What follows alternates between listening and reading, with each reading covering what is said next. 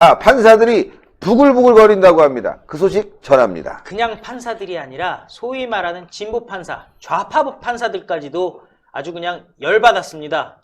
그동안 청와대가 솔직히 사법부를 장악하기 위해서 김명수부터 시작해서 완전히 그냥 누가 봐도 장악했다. 그리고 사실 최근에 뭐 영장 발부라든지 또 이제 재판의 결과라든지 보면은 뭔가 문제가 있다라는 얘기들이 많이 나오지 않았겠습니까? 그런데 판사 개개인들이 익명으로 게시판에 올릴 때는 완전히 열받은 상황이 벌어진 것 같습니다. 특히 판사 전용 인터넷 익명 게시판이 있습니다. 익명이라는 게 뭐겠습니까? 자기가 솔직하게 얘기할 수 있는 곳이 익명 게시판 아니겠습니까? 그런데 이 익명 게시판 자체가 좌파 게시판이라는 거예요. 판사 전용 인터넷 익명 게시판 2판4판에 청와대가 검찰의 압수수색 영장 집행을 거부한 거에 대해서 비판 글이 쇄도를 했다는 거죠. 네. 사실 검찰이요, 청와대의 선거 개입 의혹과 관련해서 청와대 자치발전 비서관실 압수수색을 시도했던 것은 여러분 잘 알고 계시는데, 그날 청와대가 특정이 안 돼 있다 해가지고 거부를 했지 않습니까? 그리고 앞으로도 사실상 청와대에 대한 압수수색 협조 안 하겠다라는 거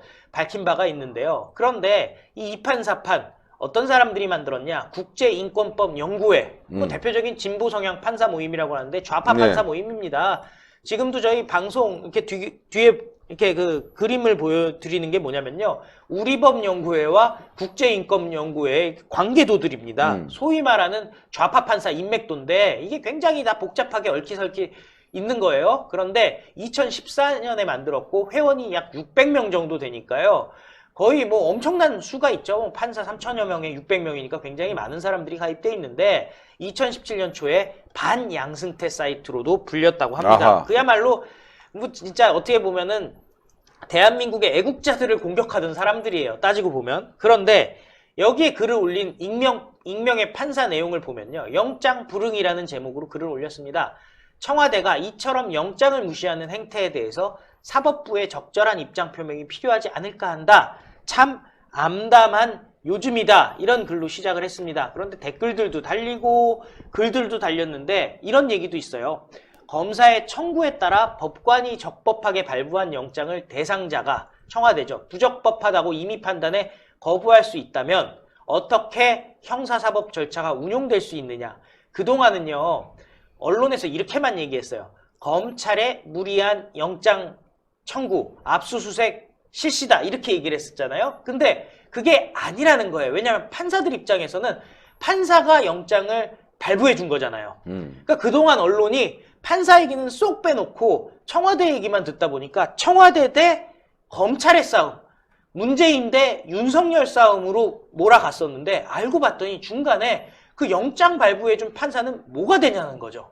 사실은 판사가 영장을 발부해 준 겁니다. 검사가 영장을 청구한 거지만 발부한 거는 사법부에서 발부한 거잖아요.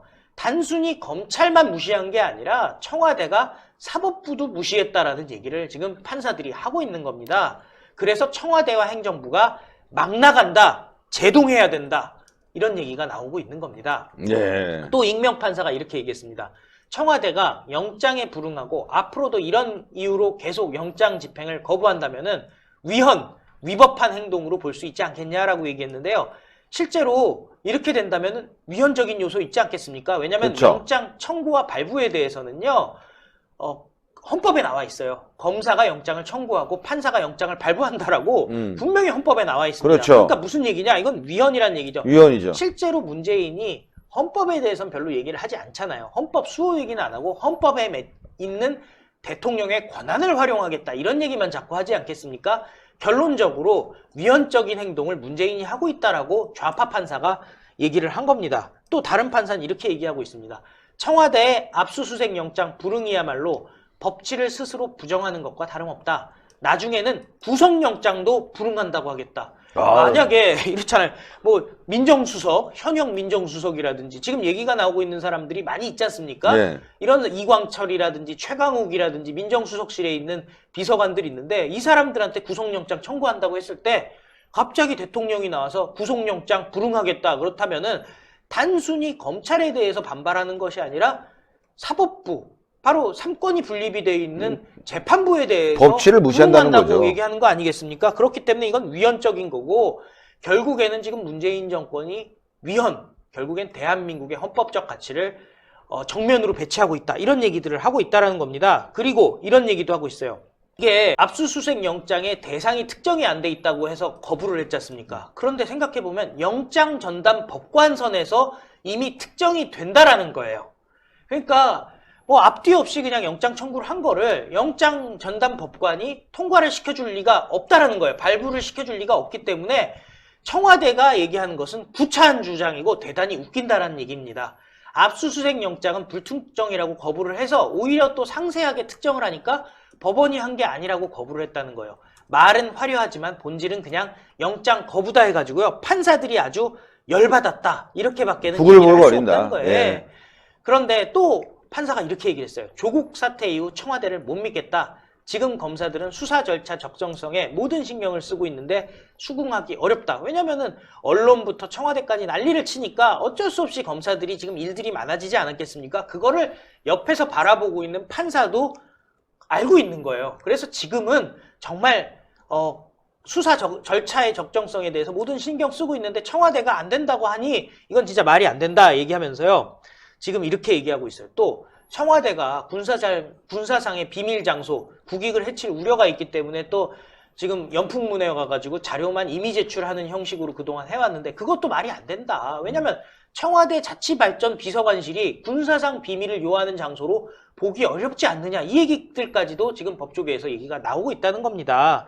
그러니까 지금 어떻게 보면은 그동안에 문재인이 재판부는 아예 신경도 안 썼어요. 아, 김명수 있으니까 거기는 내 편이야. 내가 마음대로 할 수 있어 라고 얘기했는데 판사 개개인들은 사실 사법고시 패스하고 대한민국에서 최고의 엘리트, 자부심으로 뭉친 사람들이 있는 곳 아니겠습니까? 솔직히 검사들이야 상명하복으로 움직이지만 판사는 상명하복으로 움직이지 않습니다. 왜냐하면 판사 개개인들이 판결을 내리지 않겠습니까? 사실은 갑 중에 갑입니다. 그런 갑 중에 갑 판사들의 자존심에 상처를 입힌 문재인, 결국에는 윤석열 총장이 기소해서 판사 앞에만 갖다 놓으면은 어떤 판결을 내리겠습니까? 이제 문재인 정권도 끝물인 것 같습니다. 예. 문제는 말이죠.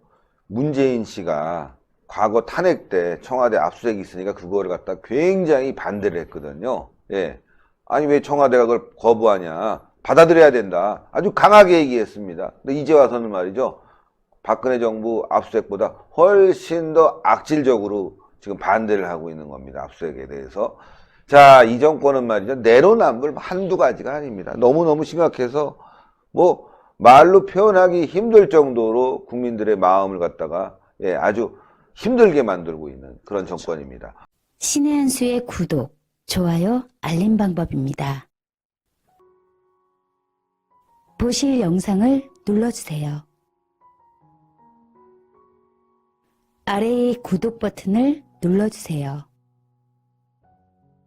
그럼 종 모양이 나옵니다. 그 종 모양을 눌러주시면 신의 한 수의 새로운 영상들이 알림이 울립니다. 그리고 엄지척 좋아요 버튼을 눌러주세요. 여러분의 구독, 좋아요 버튼은 신의 한 수의 큰 힘이 됩니다. 댓글로 여러분의 많은 의견도 듣고 있습니다. 응원의 댓글도 부탁드립니다.